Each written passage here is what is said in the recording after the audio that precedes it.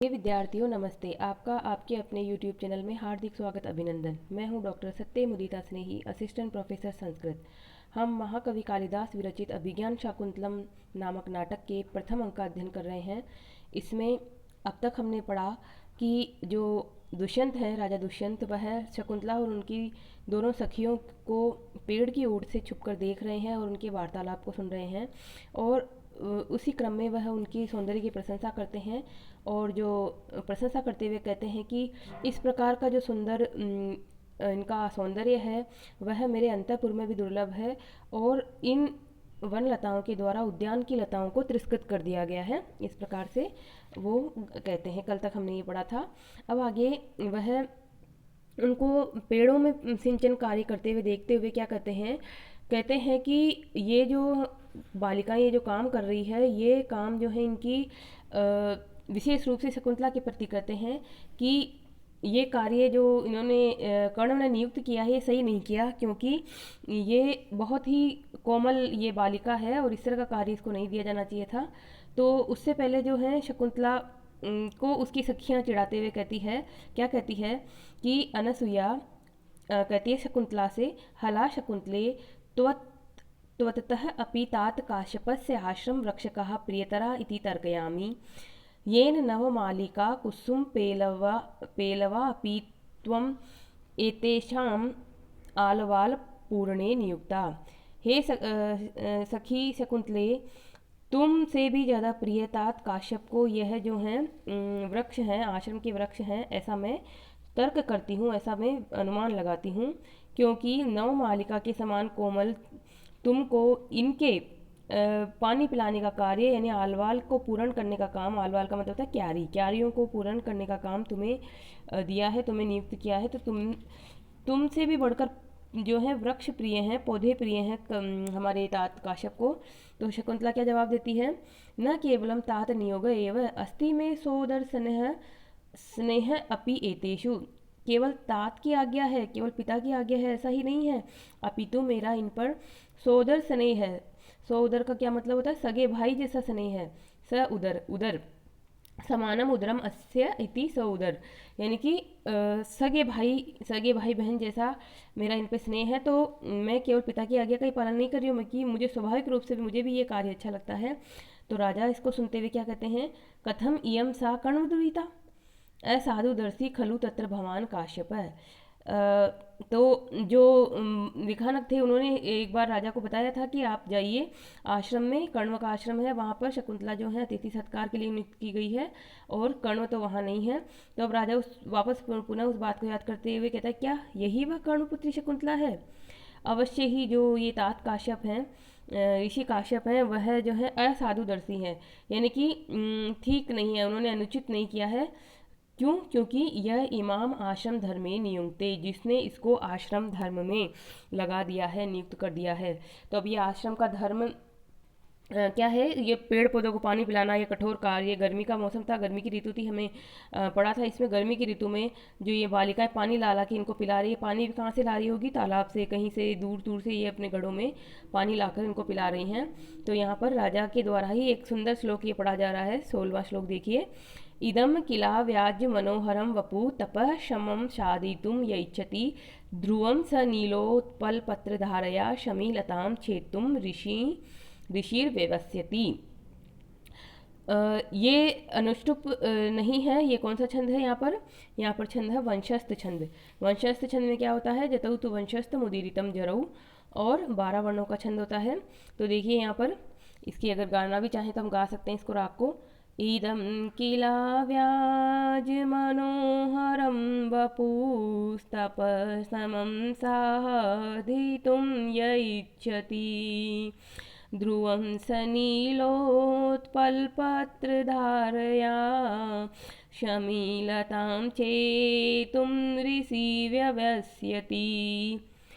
तो यहाँ पर शकुंतला के सौंदर्य की एक तरह से प्रशंसा है। यह ऋषि जो कण्व ऋषि हैं, वह क्या है, अव्याज मनोहरम इदम वपु।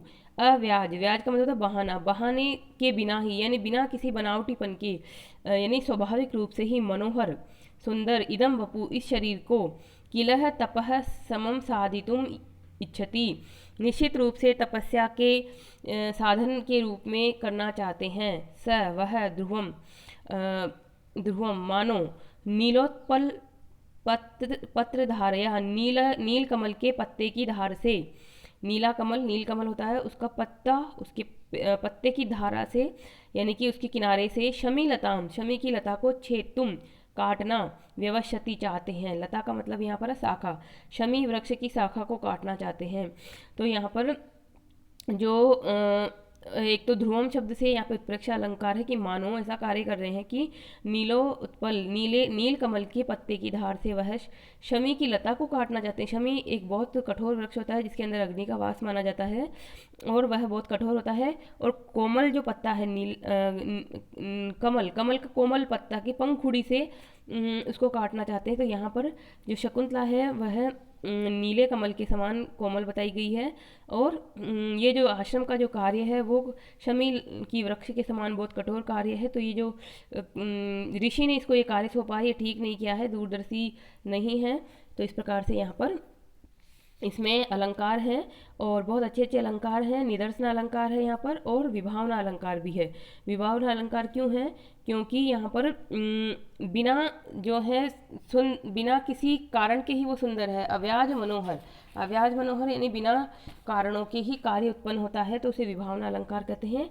विभावना बिना हेतु कार्य उत्पत्ति यदुच्यते, यानी कि जहाँ हेतु या कारण के बिना ही कार्य की उत्पत्ति होती है उसे विभावना अलंकार कहा जाता है। तो इस प्रकार यहाँ पर है। और निदर्शन अलंकार भी है। निदर्शन अलंकार में क्या होता है?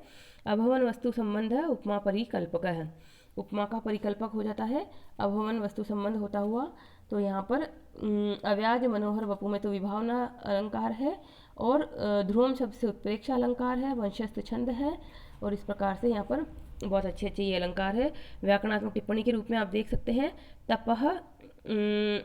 तपसः समम इति तप समम, तपस्या का साधन, षष्ठी तत्पुरुष समास है।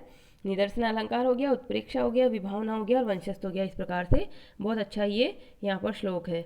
अब इस श्लोक के बाद में जो अगला श्लोक आता है उससे पहले यहाँ पर फिर से वार्तालाप है, कुछ संवाद है। क्या संवाद है कि जो शकुंतला है वो अपनी सखी अनसुया से कहती है, अनसुया अति पिनद्धेन वल्कलेन प्रियम वदया नियंत्रिता अस्मि।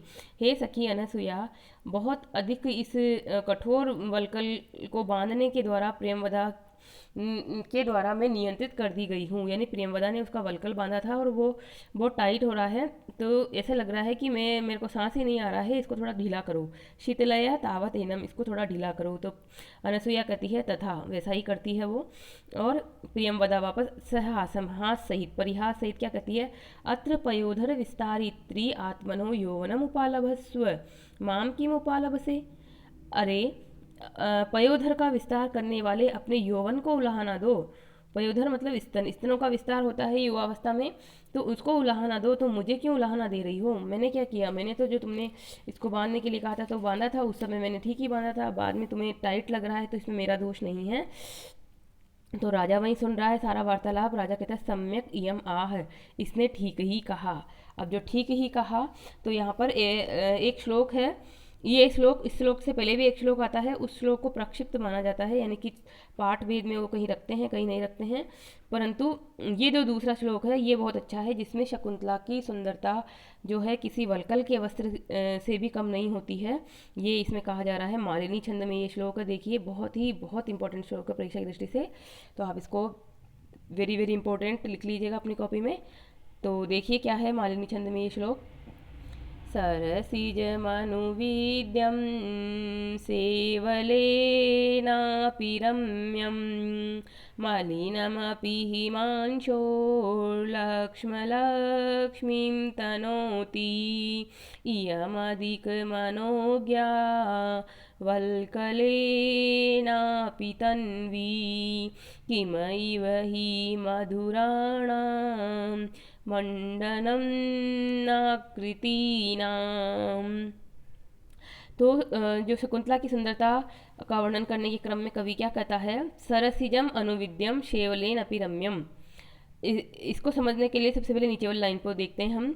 किम इव ही मधुराणाम मंडनम नाकृतीनाम, मधुराणाम आकृतीनाम, मधुर आकृतियों के लिए किम इव क्या चीज मंडनम न मंडन नहीं हो जाती है, मंडन यानी आभूषण नहीं हो जाती है।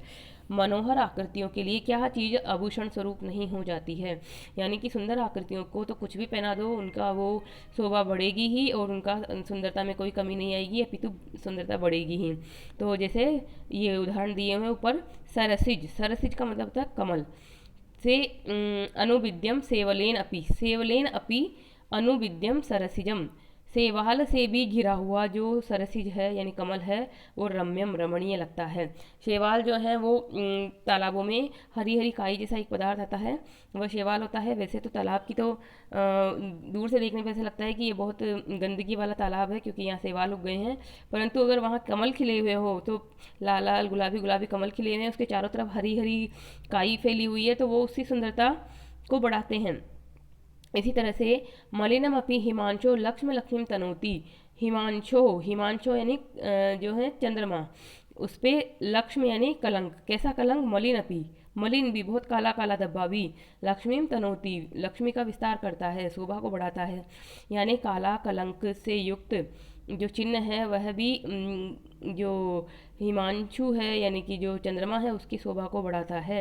उसी प्रकार इयम अधिक मनोज्ञा वल्कलेन अपि तन्वी, इयम तन्वी, यह तन्वी जो है मनोज्ञा मनोज्ञ लग रही है, मनोहर लग रही है, वल्कलेन अपि, वल्कल के वस्त्र में भी, वल्कल के वस्त्रों में भी यह तन्वी ये कृशांगी बहुत ही सुंदर लग रही है। वल्कल क्या होते हैं, वृक्ष की छाल से बने हुए वस्त्र होते हैं, बहुत ही खुरदरे खुरदरे बहुत मोटे से वस्त्र होते हैं, तो पीले पीले रंग के इस तरह से, क्योंकि वृक्ष की छाल ऐसी होती है, तो उसमें भी ये बहुत सुंदर लग रही है, क्योंकि जो सुंदर आकृतियाँ होती है उनके लिए क्या चीज़ जो है आभूषण नहीं बन जाती। तो इस प्रकार यहाँ शकुंतला की सुंदरता का वर्णन करने के लिए मालिनी छंद का सहारा लिया गया है। और मालिनी जो छंद है उसका लक्षण क्या होता है, न न माया युतेयम मालिनी भोगी लोकई, इस प्रकार से लक्षण होता है। और अब हम यहाँ देख लेते हैं इसमें व्याकरणात्मक टिप्पणी वगैरह। अन्वय तो सरल ही है, मैंने पढ़ा दिया आपको। शेवलेन अपि अनुविद्यम सरसिजम रम्यम वर्तते, मलिन अपि हिमांशो लक्ष्मीं तनोति, वल्कलेन अपि इयं तन्वी अधिक मनोज्ञा विद्यते, मधुराणाम आकृतीनां नाम किमहि मंडनम न भवति, मधुर आकृतियों के लिए क्या चीज़ आभूषण स्वरूप नहीं हो जाती है।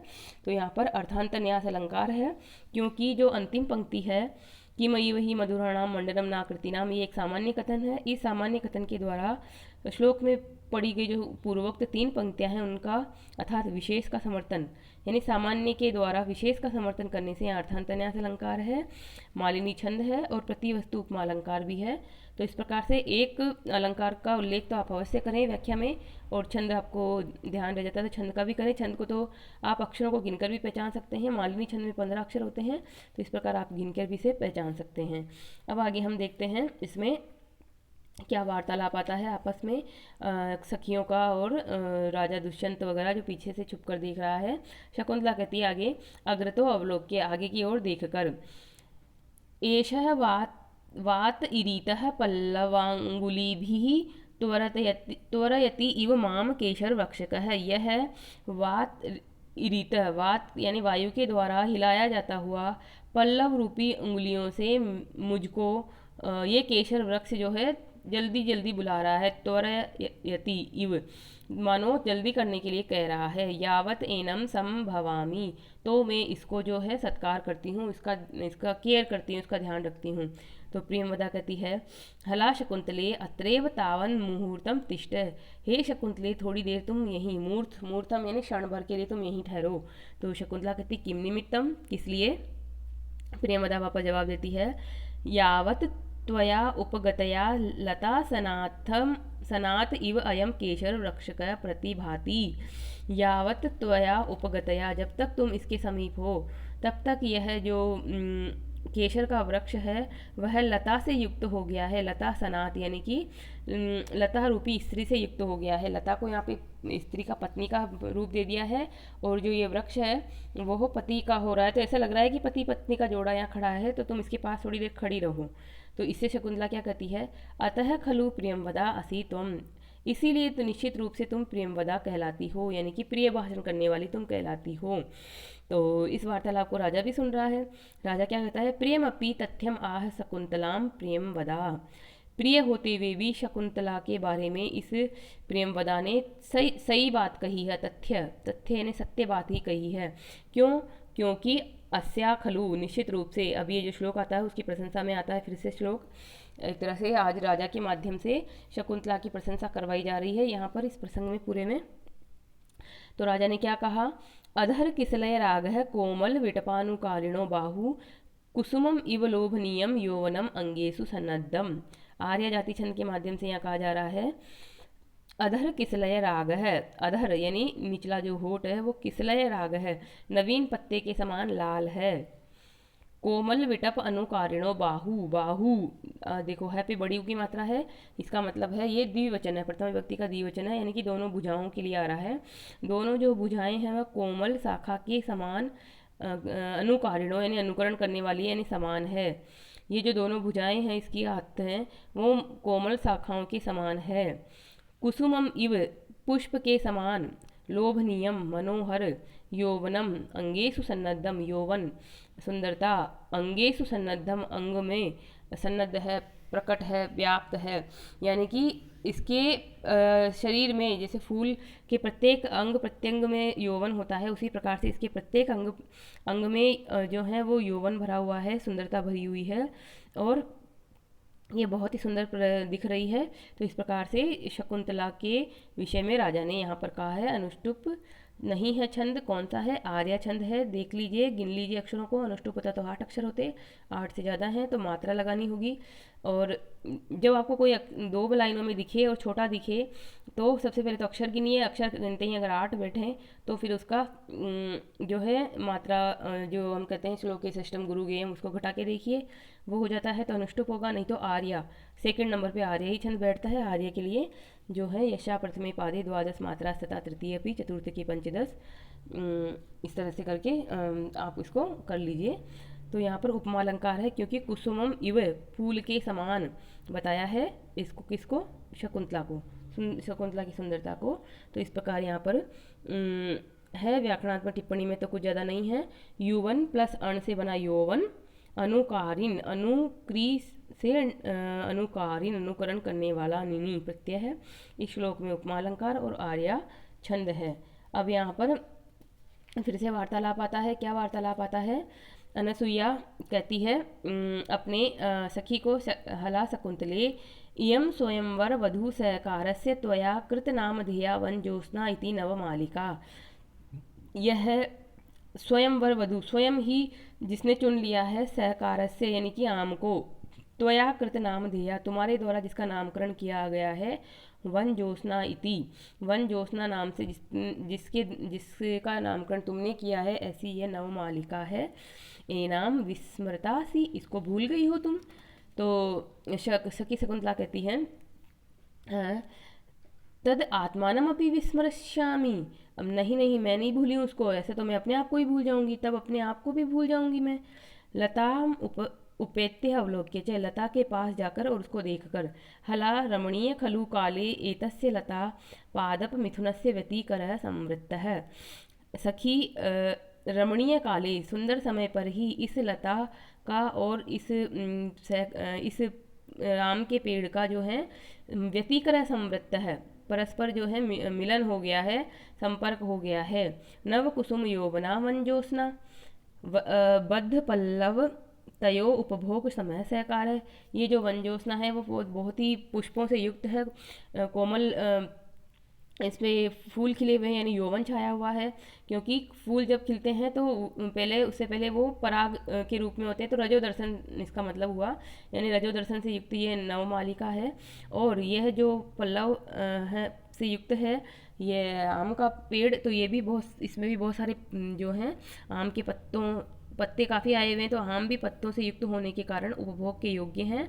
तो इस प्रकार यहाँ पर दोनों जो हैं, दोनों की युवावस्था है और दोनों का एक दूसरे से मिलन हो रहा है, इस प्रकार से कह रही है। कौन? अनसुईया कह रही है शकुंतला को।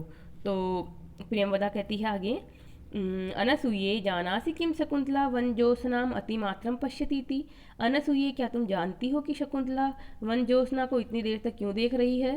तो अनसूया पूछती है, न खलु विभावयामी, निश्चित रूप से मैं कुछ अनुमान नहीं कर पा रही हूँ। कथय, तुम ही कहो कि ऐसा वो क्यों कर रही है। तो प्रियंवदा जवाब देती है, यथा वन ज्योत्स्ना अनुरूपेण पादपेन न संगतः अपि नाम एवं अहम अपि आत्मनो अनुरूपम वरम लभेयेति। तो प्रियंवदा जवाब देती है कि जिस प्रकार से वनज्योत्स्ना अपने अनुरूप पादप को प्राप्त हो गई है, क्या मैं भी अपने अनुरूप वर को प्राप्त होंगी या कब होंगी, इस प्रकार का भाव इसके मन में है। और ऐसा ही ये सोचते हुए यहाँ पर जो है खड़ी है, देख रही है इसको। तो शकुंतला क्या कहती है, चिढ़ जाती है थोड़ा वो, एष नूनम तव आत्मगतः मनोरथ है, निश्चित रूप से ये तेरे ही मन की इच्छा है, मेरी तो ऐसी कोई इच्छा नहीं है। इति कलशम आवर्जयति, इस प्रकार कलश को उलटती है। कलश जो पानी का उसके हाथ में है, तो पौधे में वो पानी डालती है इस प्रकार से। राजा जो है वहीं पर देख रहा है, राजा क्या कहता है, अपि नाम कुलपते इयम असंवर्ण क्षेत्र संभवा स्यात् अथवा कृतम संदेहेन। अब राजा को जिज्ञासा हो रही है कि ये जो है कुलपति की बेटी कैसे हुई है। तो कुलपते इयम असवर्ण क्षेत्र संभवा स्यात्, क्या कुलपति की यह जो है असवर्ण पत्नी यानी ब्राह्मण से इतर जो पत्नी है उससे उत्पन्न हुई है।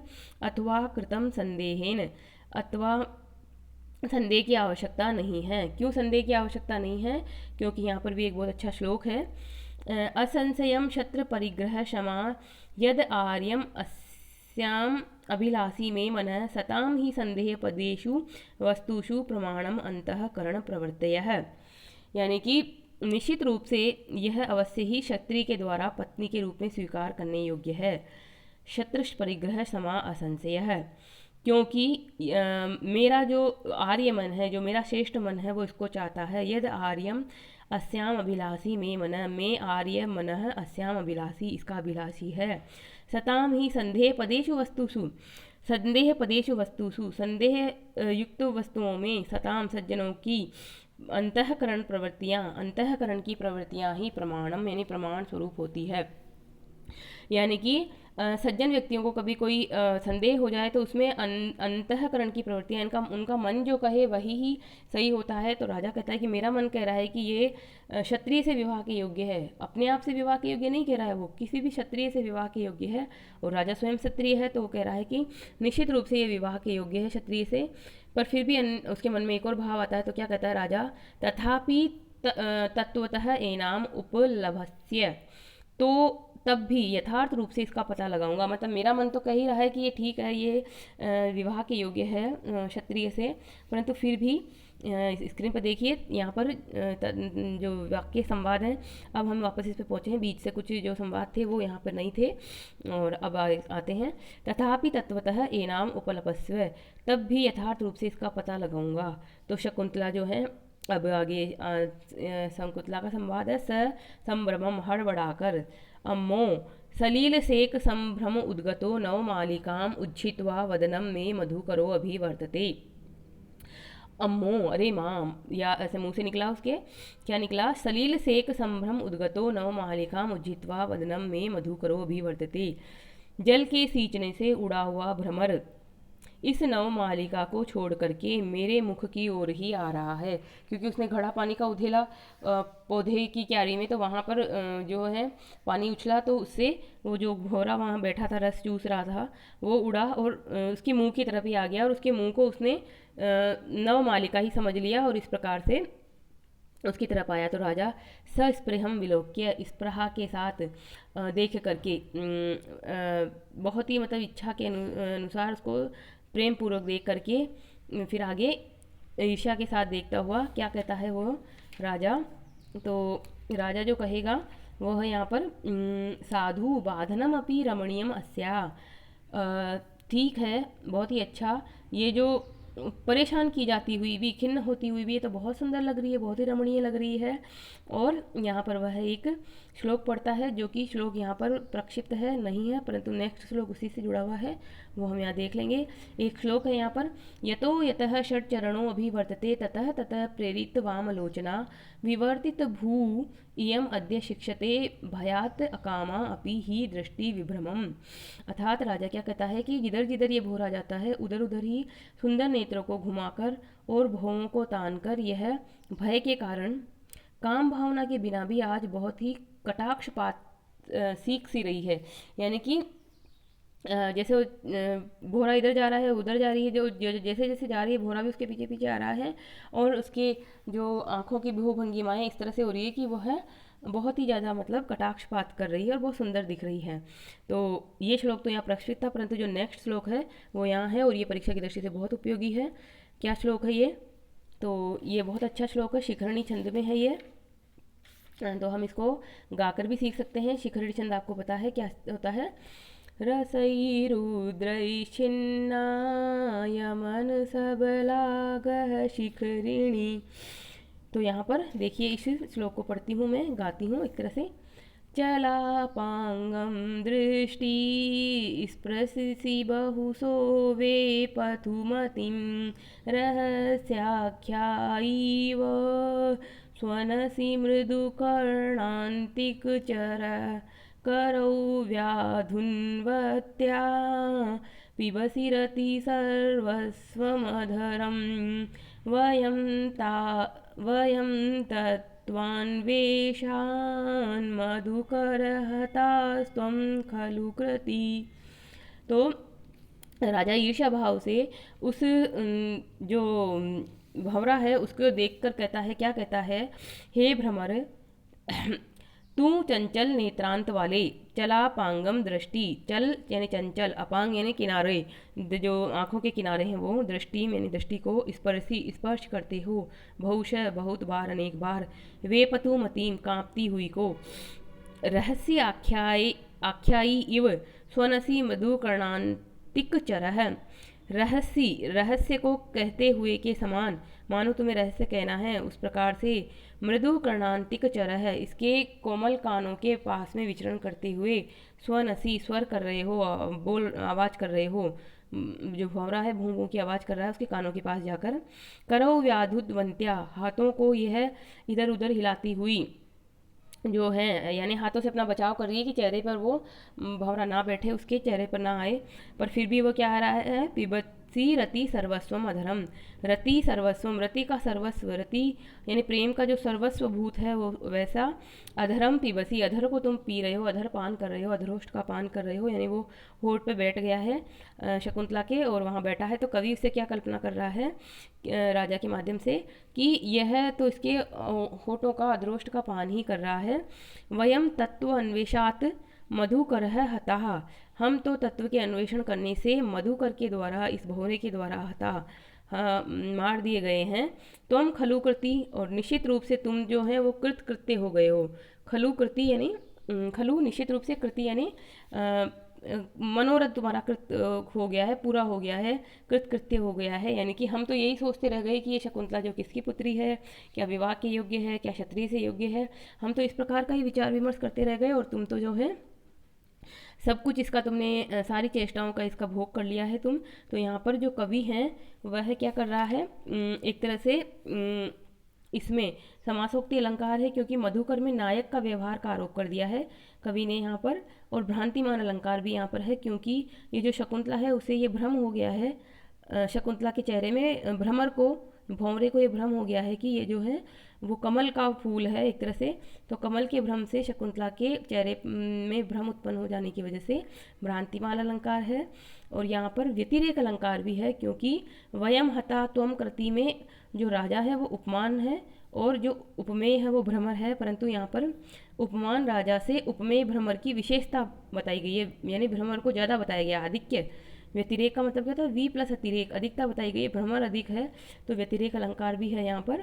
काव्यलिंग अलंकार भी है यहाँ पर, क्योंकि जो प्रथम 3 चरण हैं उसमें कारण बताया गया है किसका? त्वम कृति का, तुम धन्य हो, तुम कृत्य हो। इसका कारण क्या है कि तुमने तो उसका रसपान कर लिया है, तुमने सारी चेष्टाएं उसकी भोग ली है। तो यहाँ पर अंतिम जो शब्द है त्वम कृति, इसका जो कारण के रूप में ऊपर की 3 लाइनें कही गई, तो काव्यलिंग अलंकार भी है, शिखरणी छंद है, रसई रुद्रई छन्ना यमन सहलागर शिखरणी, इस प्रकार से ये बहुत ही अच्छा श्लोक है परीक्षा की दृष्टि से। और यहाँ पर जो मुखमंडल पर मंडाते हुए भंवरे से राजा को ईर्ष्या हो गई है, इस प्रकार से नायकत्व का आरोप होने से यहाँ पर समासोक्ति अलंकार है। तो सब बातें जो मैं बताती हूँ ये लिखी हुई है। और अब आगे देखते हैं शकुंतला ने क्या कहा, ने दृष्टो विरमति, ये जो दुष्ट है, न एषः दृष्टो विरमति, यह जो धृष्ट है वह रुक नहीं रहा है। अन्यतः गमिष्यामि, अन्य ओर जाऊंगी, दूसरी तरफ जाऊंगी। पदांतरे स्थित्वा स दृष्टिक्षेपम, थोड़ी देर पदांतरे स्थित्वा, थोड़ा कुछ कदम चलकर और वापस दृष्टि डाली उसने, तो क्या देखा, कथम इतः अपि आगच्छति, क्या यहाँ पर भी आ रहा है। हला परित्रायेथाम माम अनेन दुर्विनीतेन मधुकरेण अभिभूयमानाम, हे सखी, अपनी सखियों को कह रही है वो, हे सखियों, मुझे जो है इस दुष्ट मधुकर से बचाओ। परिभूय माना, मैंने पीड़ित की जाती हुई, परेशान की जाती हुई, तंग की जाती हुई मुझे इस भंवरे से बचाओ। तो वापस दोनों क्या कहती हैं, सस्मितम, मुस्कान के साथ, के आवाम परिता तुम, हम कौन होती है बचाने वाली। दुष्यंतम आक्रंद, दुष्यंत को बुलाओ। राज रक्षितव्यानि तपोवनानि नाम, तपोवन भी राजा के द्वारा ही रक्षित होते हैं। तो अब यहाँ पर कवि ने बहुत ही सुंदर संवाद का एक तरह से रखा है, ये आयोजन किया है कि दुष्यंत को उपस्थित करना है, तो दुष्यंत का नामकरण इन दोनों सखियों के माध्यम से करवा दिया। और जब भी कोई समस्या आती तो राजा को पुकारते हैं, तो यहाँ पर राजा को ही पुकारो, वही तुम्हें बचाएगा, हम कौन होती है बचाने वाली। इस तरह की बहुत ही अच्छा वार्तालाप यहाँ पर है। तो अब राजा सोचता है कि ये तो बहुत अच्छा अवसर है, मुझे अपने आप को प्रकट कर देना चाहिए। अवसरो अयम आत्मनम प्रकाशितुम, अपने आप को प्रकट करने का अच्छा अवसर है। तो वो क्या कहता है, न भेतव्यम न भेतव्यम, इस प्रकार से बोलता है, नहीं डरना चाहिए, नहीं डरना चाहिए। इति अर्धोक्तम स्वगतम राजभावस्तुम अभिज्ञातो भवेत, ऐसा आधा ही बोला और अपने मन में ही उसने क्या बोला, अरे इससे तो मेरा जो राजत्व प्रकट हो जाएगा कि मैं राजा हूँ, ये तो जान लिया जाऊँगा, मैं यहाँ प्रकट हो जाएगा। भवतु, ठीक है। एवं तावत अभिधास्य, तो इस प्रकार कहूँगा। तो अब प्रकट नहीं करना चाह रहा राजा कि मैं कौन हूँ, तो वो फिर उसको उपाय सूझ जाता है कि अच्छा ठीक है, ऐसा कहूँगा, मैं क्या कहूँगा। अब राजा के माध्यम से यहाँ पर फिर से एक वाक्य कहा जा रहा है श्लोक के रूप में। तो राजा ने क्या कहा, सत्वरम उपसृत्य, शीघ्र ही वहाँ पर गया, वो उनके सामने प्रकट हो गया और क्या बोला, कह पूर्वे वसुमतीम शासती शासितरी दुर्विनीतानाम अयम आचरति अविनयम मुग्धासु तपस्वी कन्यासु। तो कहता है कि दुर्विनीतानाम, दुष्टों के शासक, यानी शासितरी शासक, पूर्वे पूर्व वंश के राजा के होते हुए, वसुमतीम, वसु यानी पृथ्वी का शासन करते हुए, कह कौन, कौन है यह जो मुग्धासु तपस्वी कन्यासु, मुग्ध भोली वाली तपस्वी कन्याओं के साथ, अयम अविनयम आचरती, यह अशिष्टता का व्यवहार कर रहा है। तो राजा ने एकदम से अपने आप को प्रकट किया और बोला कि दुष्टों के शासक जो पूर्ववंशी राजा हैं, जो दुष्यंत हैं, उनके पृथ्वी का शासन करते समय यहाँ यह कौन है जो इन भोली वाली तपस्वी कन्याओं के साथ अशिष्टता का व्यवहार कर रहा है। तो जैसे इसने ऐसा पूछा तो अनसुईया ने क्या जवाब दिया। अनसुईया, देखिए यहाँ स्क्रीन पर है ना, कुछ कुछ अशुद्धियाँ भी है जिसमें अनसुईया नाम तो आप अवश्य ध्यान रखिएगा, इसको तो 99% जो छात्र हैं वो अशुद्ध ही करते हैं। अनसुईया नाम होगा, अनु नहीं होगा, उ की मात्रा नहीं होगी, अन होगा, अन प्लस असूया, जो ईर्ष्या से रहित है, ऐसा। तो उसने क्या जवाब दिया यहाँ पर, उसने जवाब दिया कि आर्य न खलु किम अपि अत्याहितम इयम नो प्रिय सखी मधुकरेण अभिभूयमाना कातरी भूता। आर्य, कुछ भी यहाँ पर अनिष्ट नहीं हुआ है, ये हमारी प्रिय सखी जो हैं वो भंवरे के द्वारा तंग की जाती हुई थोड़ा डर रही है, कातरी भूता, कायर बन रही है, यानी कि इसको थोड़ा डर लग रहा है। इति शकुंतलाम दर्शयति, इस प्रकार शकुंतला को दिखाती है वो। तो अनुसुईया आगे कहती है, आर्य कोई बात नहीं है, डरने की कोई बात नहीं, भंवरे नहीं तंग किया था, इस प्रकार शकुंतला को वह दिखा देती है। तो यहाँ पर शकुंतला जो है वो राजा शकुंतला की तरफ देखता है, तो शकुंतला अभिमुखो भूत्वा, राजा शकुंतला की ओर देख करके, अपि तप वर्धते, क्या आपका तप बढ़ रहा है। तो राजा जो है शकुंतला की तरफ देख के कहा, तो शकुंतला ने तो कोई जवाब नहीं दिया यहाँ पर। और शकुंतला साधु साधु वचना तिष्ठति, शकुंतला ने तो अपना जो है चेहरा नीचा करके बहुत ही चुप रहकर, मतलब डर लग रहा है ना उसे, तो शकुंतला डर से चुप रहती है और डर के मारे वह घबराई हुई सी नीचे की तरफ ही देखती रहती है। तो साधु साधु वचना तिष्ठति।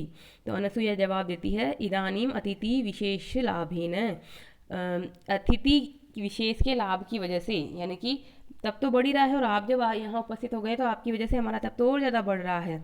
इति, इस प्रकार से, हला शकुंतले गच्छ उटजम फल मिश्रम उपहर, फल मिश्रम उपहर, यानी कि हे सखी शकुंतला तुम जो है कुटिया में जाओ और फल मिश्र जो अर्घ सामग्री है, जो पूजन की सामग्री है वो ले आओ। इदम पाद उदकम भविष्यति, यह पैरों का उदक हो जाएगा, पैरों का जो है जल हो जाएगा। यानी कि अतिथि जब आता था तो उसके पैर धुलवाए जाते थे और उसको स्वागत सत्कार करके उसको फल वगैरह खिलाए जाते थे ताकि उसकी थकान मिटे। राजा क्या कहता है, भवती नाम सुनृत्य या गिरा कृतम आतिथ्यम, आप लोगों की सुनृत्य यानी अच्छी सत्य और प्रिय बातों से ही मेरा अतिथि सत्कार हो गया है और मुझे कुछ और नहीं चाहिए, क्योंकि अगर कुछ और यहाँ पर हो तो क्या होगा, शकुंतला को ही वो भेज रही है तो शकुंतला वहाँ से चली जाएगी, तो राजा को तो शकुंतला को ही देखना है अभी, तो वो नहीं चाहता कि शकुंतला उसकी आंखों से हटे। तो उसने ऐसा कहा कि आपकी प्रिय बातों से ही मेरा अतिथि सत्कार हो गया है। प्रेमवदा आगे क्या कहती है, तेन ही अस्याम प्रच्छाय शीतलायाम सप्तपर्ण वेदिकायाम मुहूर्तम उपविश्य परिश्रम विनोदम करोतु आर्य। तो आप जो है इस घनी छाया वाले सप्तपर्ण की वेदिका पर यानी चबूतरे पर बैठकर क्षण भर के लिए अपने जो है परिश्रम को दूर करें, यानी कि आप जो है कहीं से चलकर आए होंगे, अपनी थकान को उतारें, इस प्रकार से आप यहाँ पर बैठें। राजा कहता है नूनम यूयम अपि अनेन कर्मणा परिश्रांता, आप भी इस काम से थक गई होंगी, क्योंकि वृक्ष का सिंचन का काम तो आपको भी थकाने वाला ही है। तो अनसुया कहती है आगे, हला शकुंतले उचितम नः पर्युपासनम अतिथिनाम अत्र उपविशामः इति सर्वा उपविशन्ति। सखी शकुंतला, हम जो हैं इन अतिथि के पास में बैठना ठीक ही है, अतिथि को अकेला नहीं छोड़ना चाहिए, इनके पास बैठते हैं। इस प्रकार सब वहीं बैठ जाती हैं और इस प्रकार से वह उनके साथ वार्तालाप अब होता रहेगा। तो हम आगे कल पढ़ लेंगे, काफ़ी हो गया यहाँ पर। और शकुंतला और प्रेमवदा और अनसुईया सब उनके पास में बैठकर उनसे बातचीत करने के लिए तैयारी होती है वहाँ पर। और जो शकुंतला है वो अपने मन में क्या कहती है, किम नु खलु इयम प्रेक्ष्य तपोवन विरोधिनो विकारस्य गमनीय अस्मि संवृत्ता, मैं जो है इनको देखकर, इन राजा को देखकर या इन व्यक्ति को देखकर मेरे अंदर ये तपोवन विरोधी विकार क्यों उत्पन्न हो रहे हैं। तो राजा जो है वो सर्वाविलोक्य, सभी और देखकर, अहो सम वयो रूप रमणीयम भवती नाम सौहार्द्यम, आप लोगों का जो मित्रता है, आप लोगों की जो मित्रता है वह समवय रूप रमणीयम, समान आयु और रूप की वजह से बहुत ही सुंदर है। आप सभी जो हैं लगभग एक ही आयु की हैं और एक ही जैसी सुंदर हैं, तो आप लोगों की वजह से ये जो आपका मित्रता है बहुत ही अच्छी लग रही है, इस प्रकार से बातचीत करता है। और यहाँ पर हम यहीं पर इसको विराम देते हैं क्योंकि ज़्यादा बड़ा हो रहा है हमारा सामग्री, कल हम पढ़ेंगे। आज हमने कितना पढ़ा है, वही 20 श्लोक पढ़ लिया, 20 श्लोक के बाद भी हमने कुछ संवाद पढ़ लिए हैं। तो पढ़ते रहिए, रिवाइज करते रहिए। वीडियो ज़रूर अच्छा लग रहा होगा आपको, तो लाइक करते रहिए और पहली बार चैनल पर आए हैं तो सब्सक्राइब कर लीजिए बेल आइकन को दबाकर, और शब्द पे क्लिक करेंगे तो आपको इस पर डाले जाने वाले सभी वीडियो के जो नोटिफिकेशन है तुरंत मिल जाएंगे। और कल फिर मिलेंगे हम किसी अन्य विषय के साथ, तब तक के लिए धन्यवाद। खुश रहिए, स्वस्थ रहिए, धन्यवाद।